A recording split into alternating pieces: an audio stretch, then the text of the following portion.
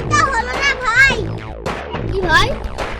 আর ভাই যখনই একে আসে এ উল্টাপাল্টা কথা বলে। তুই ঠিকই বলেছিস ভাই, তোর ভাইকে একটা উচিত শিক্ষা না দিলে হবে না।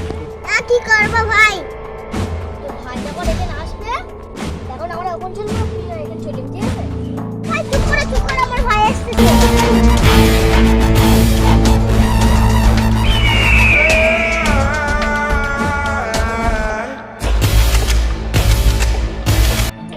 ঠিক আছে। কি ব্যাপার, আমার দিকে সব ইগনোর করছে কেন? দাঁড়া ওদের দাঁড়া দোষ কি করা যায়? হ্যাঁ, একটা বুদ্ধি পেয়েছি।